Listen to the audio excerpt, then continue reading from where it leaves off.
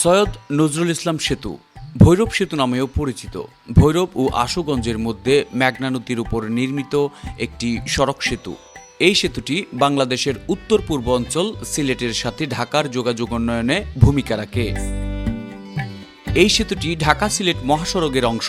এই সেতুর পাশেই ভৈরব রেল সেতু অবস্থিত। ভৈরব সেতু মেঘনা নদীর উপর অবস্থিত।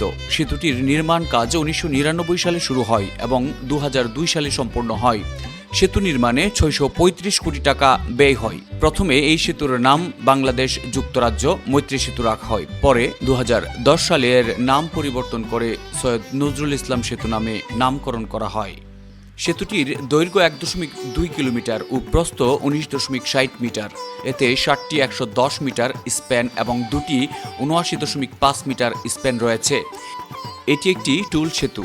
সেতু কর্তৃপক্ষ পারাপার হওয়া যানবাহন থেকে টুল সংগ্রহ করে।